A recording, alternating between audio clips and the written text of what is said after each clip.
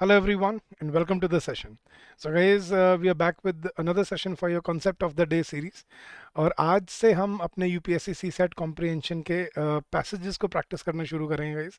तो अब तक इस सीरीज़ में हमने assumption, inference, conclusion, critical message ये सब हमने सीखा है. आज से हम सीखेंगे कि कैसे हमें इन पैसेजेस को सॉल्व करना है एग्ज़ाम में. और हम PYQs कोई ना कोई प्रीवियस ईयर पैसेज ही हम डिस्कस करेंगे. यहाँ पे कोई इरेलीवेंट चीज़ डिस्कस नहीं करने वाले. And this will definitely help your preparation and your understanding and your solving passage solving ability in the exam. So guys, don't forget to like the session and don't forget to subscribe to our channel if you're here for the first time. तो guys शुरू करते हैं guys. लेकिन before we go any further I would like to inform you about our free resources that are available to our UPSC aspirants. तो guys अगर आप अपने browser पे जाके सर्च करेंगे edutab.co.in, राइट, edutab.co.in, तो you will land on our home page. यहीं पे टॉप पे ही एग्जाम्स, कोर्सेज, फ्री मटेरियल. यहाँ पे आपको फ्री मटेरियल में आप ब्लॉग पे अगर क्लिक करते हैं तो आपको यहाँ पे बहुत ही यूज़फुल आपको ब्लॉग्स मिलेंगे अपनी प्रिपरेशन के लिए. आपको ब्लॉग पे जाना है, ब्लॉग में ऊपर आपको कैटेगरीज मिल जाएंगी. कैटेगरीज में यूपीएससी सी सेट पे क्लिक करना है and you will find all the blogs available to you. जैसे will CSAT be remove from UPSC, ठीक है. आप मान लो ये आपके दिमाग में कभी आता है कि क्या कभी सी सेट निकाला जा सकता है, ठीक है. The paper was to basically make the prelims more objective and assess candidates aptitude.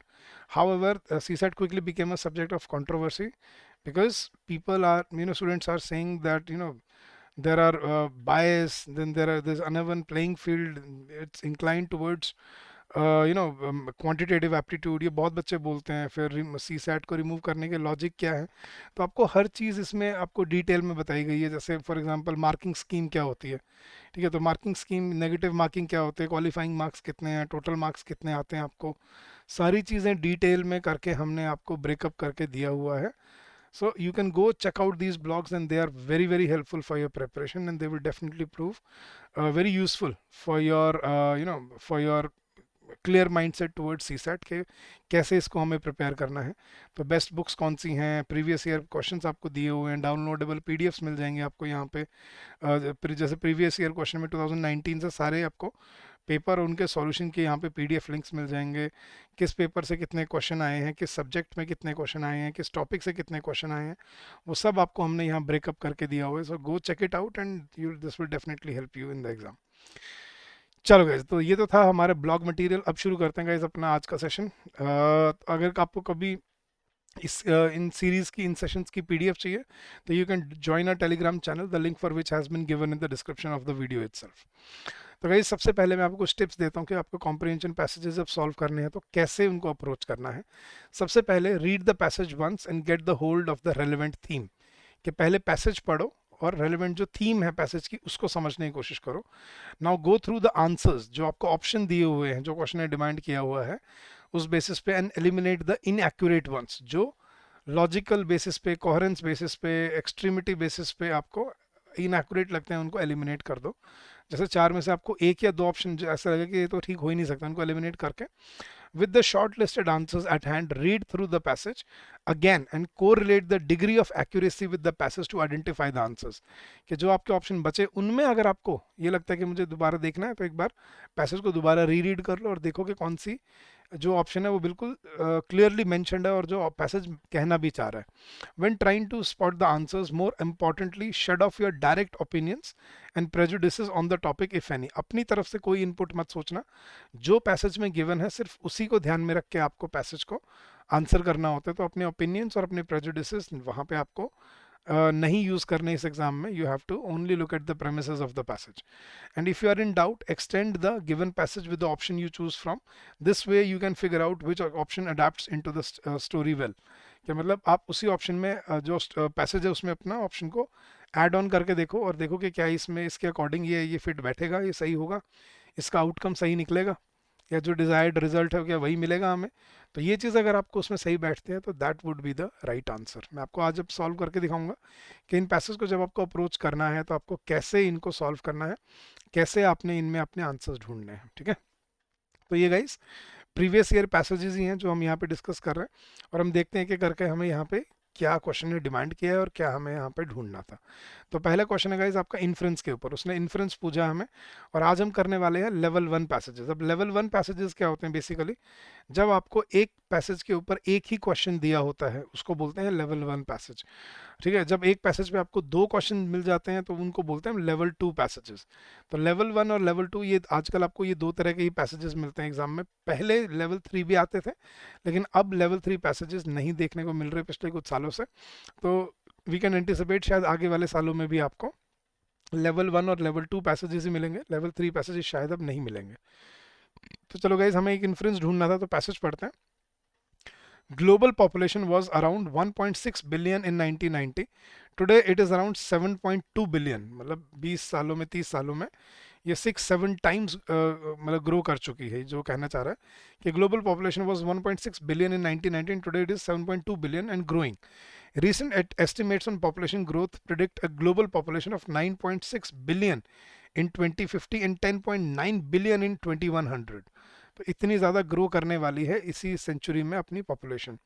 Unlike Europe and North America, where only 3 to 4% of population is engaged in agriculture, around 47% of India's population is dependent upon agriculture.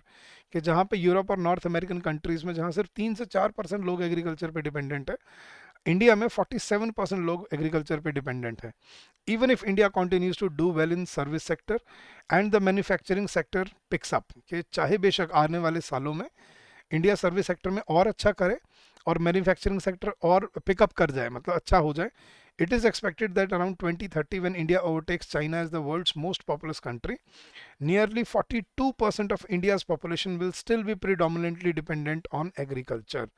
वो क्या कह रहे हैं कि चाहे हम बेशक हमारा मैन्युफैक्चरिंग सेक्टर अच्छा हो जाए, सर्विस सेक्टर अच्छा हो जाए, चाहे हम कितना भी ग्रो कर जाएं, लेकिन फिर भी हमारी लगभग लगभग 40 to 42% पॉपुलेशन एग्रीकल्चर पे प्रिडोमिनेटली डिपेंडेंट रहने वाली है। तो that means agriculture is a main stay of Indian population. तो उस पर ध्यान देना बहुत ज़रूरी है, जो वो कहना चाह रहा है। वो तात्पर्य यही निकलता है कि जब भाई 40% पॉपुलेशन आपके देश की, 100 में से 40 लोग अगर एग्रीकल्चर कर रहे हैं, तो ऑब्वियसली उस सेक्टर का मतलब प्रोडक्टिव होना बहुत ज़रूरी है। बेशक मैन्युफैक्चरिंग या सर्विस सेक्टर कितना ही ग्रो कर ले, लेकिन वो 40 लोग को तो ज़रूरी है ना। It's a huge part of the population. तो ये उसने कहा है। अब ऑप्शन देखते हैं, prosperity of agriculture sector is of critical importance to India. Yes, कि एग्रीकल्चर सेक्टर में हमारी मतलब इंपॉर्टेंस उसको देना बहुत ज़रूरी है इंडिया में, क्योंकि यहाँ पे इतनी ज़्यादा पॉपुलेशन उस पर डिपेंडेंट है। Indian economy greatly depends on it's agriculture. देखो, इकोनॉमी की बात कहीं नहीं हो रही है कि इकोनॉमी जो है हमारी वो एग्रीकल्चर पे डिपेंडेंट है, ना उसने बोला है और ना ये बात सच है। Next, India should take strict measures to control its rapid population growth. कि इंडिया को स्ट्रिक्ट मेजर्स लेने चाहिए अपनी पॉपुलेशन ग्रोथ को रोकने के लिए। पॉपुलेशन ग्रोथ ही रोक दें लोग, मतलब पॉपुलेशन ही बंद कर दें, ऐसा नहीं हो सकता, ये राइट आउटकम नहीं है। And India's farming communities should switch over to other occupations to improve their economic condition. ये हो सकता था गाइस। देखो, तो हम इस तरह से दो ऑप्शन हमने एलिमिनेट कर दिए, ऑप्शन बी और सी, कि ये तो इनवैलिड है, ये लॉजिकली नहीं बन रहे। अब बचा अपने ए और डी। अब वो क्या कह रहे हैं कि सही ऑप्शन क्या है कि इंडियन फार्मिंग कम्युनिटी है उसको फार्मिंग छोड़ के दूसरे अपने काम शुरू कर दें। वो तो कह ही रहा है कि सर्विस सेक्टर और मैन्युफैक्चरिंग सेक्टर चाहे पिकअप कर जाए तो भी हमें यहाँ पे डिपेंडेंस देखने को मिलेगा। तो इस सेक्टर को इम्प्रूव करना ज़रूरी है, लोगों को शिफ्ट करना ज़रूरी नहीं है। तो अगर ये शिफ्ट कर ले, फिर खाना बनाएगा कौन गाइस? फूड सिक्योरिटी की प्रॉब्लम नहीं खड़ी होगी फिर। तो वही बोला ना मैंने कि हमेशा उसका जो ऑप्शन आप सोच रहे हो ना कि यार ये क्यों नहीं हो सकता, उसका आउटकम सोचो क्या होगा। अगर लोगों ने फार्मिंग करना छोड़ दिया तो फिर खाना कौन बनाएगा इतने लोगों के लिए? खाना प्रोड्यूस कौन करेगा, उगाएगा कौन? ठीक है, उसको उसमें फूड सिक्योरिटी के जो चैलेंजेस है वो कौन डिस्कस करेगा? तो वो सब नहीं हो पाएगा अगर लोगों ने फार्मिंग छोड़ दी। तो ये सही आउटकम नहीं है। सही जो इसका इन्फ्रेंस है वो क्या है? prosperity of Indian agriculture is of critical importance to India. That is what he wanted to convey in the passage. तो आपको समझ आ रहेगा इस, तो कैसे आपने ऑप्शंस को लॉजिक और मतलब कोहेरेंस के बेसिस पे एलिमिनेट करना है, और जो चॉइस बचे उनमें से फिर वो देखने के कौन सा लॉजिकल आउटपुट आपको ठीक लग रहा है, कि लॉजिकल, प्रैक्टिकल, प्रैग्मेटिक है या नहीं है।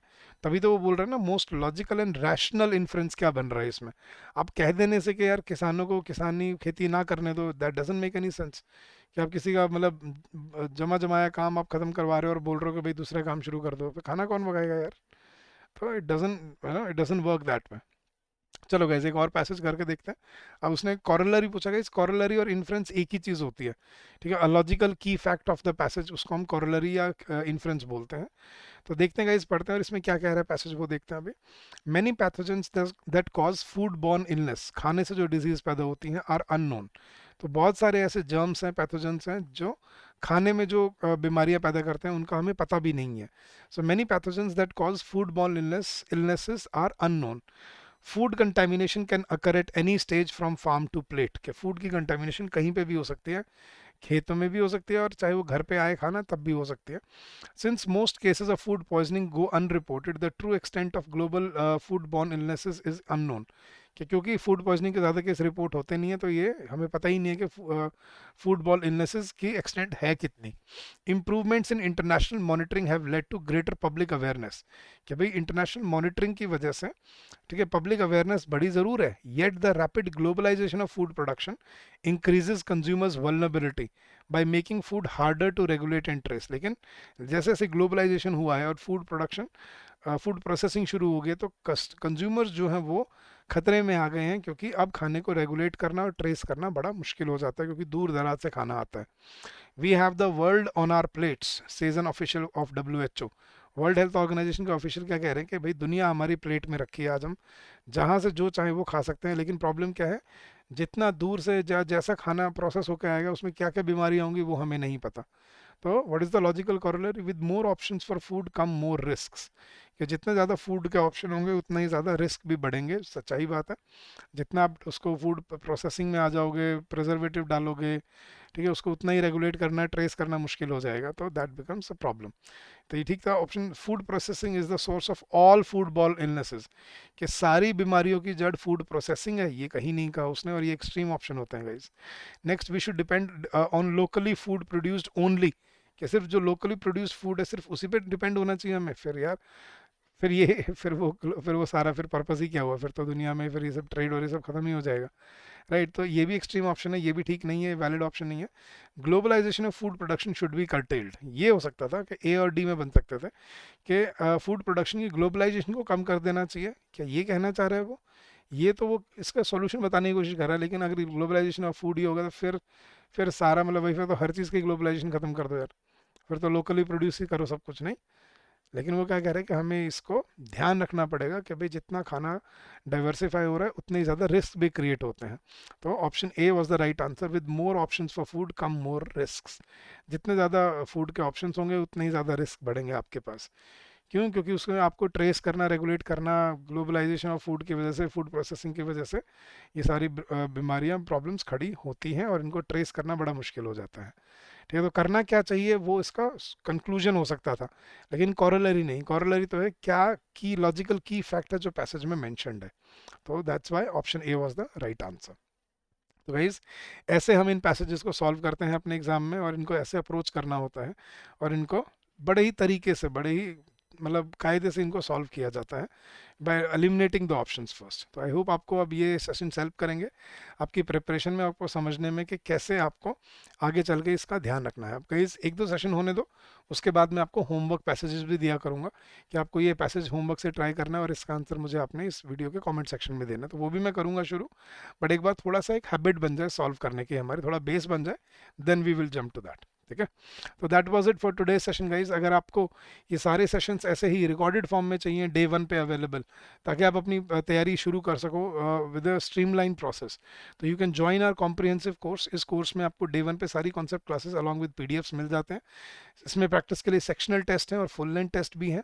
फिर आपके वीकली लाइव डाउट सेशन से फैकल्टी मेंबर्स के साथ अपने डाउट पूछ सकते हो, और फिर आपके एग्जाम से पहले लाइव रिवीजन क्लासेस भी होंगी, जिनमें हम आपको लाइव पढ़ाएंगे आपको अपने इन सब्जेक्ट्स के लिए। तो come join us in this course and get benefited from it. Within 100 hours we promise to prepare you for your UPSC CSAT exam. और ये एग्जाम होगा गाइज, एक बहुत बड़ा बर्डन दिमाग पे से निकल जाएगा कि चलो यार एक वाला ये क्वालिफाइंग पेपर तो हुआ, राइट। तो इसलिए टाइम से इसको करना बहुत ज़रूरी है। So that was it for this session guys. The link for this course is given in the description of the video. और अगर आपको कोई फीडबैक अगर आप हमसे शेयर करना चाहते हैं हमारी सीरीज़ के लिए, हमारे सेशंस के लिए, you can always drop us an email on this address, that is hello@edutap.co.in. So you can drop us your email on this ID, and we'll be more than happy to hear your feedback and take your inputs for us. So guys, thank you so much for your receptiveness, for your patience, and for your kindness. I'm sure you'll do very well in the long run. So keep on working hard, keep on giving your best, and I'm sure you'll do. You'll give your best for this, and you'll not make this, you'll not take the chance. You'll not take any chance in preparation for this. And guys, if you wish to contact us for anything, you can always call us on this number, that is 8146207241, or you can drop us your emails on the same email ID, that is hello@edutap.co.in. So having said that, guys, I'll take your leave for this week. I'll meet you again next week on Friday and Saturday. Till then, guys, keep on working hard, keep on giving your best, stay safe, stay healthy, and I wish you all the success in your endeavors ahead. Happy learning to all of you. Thank you so much, guys.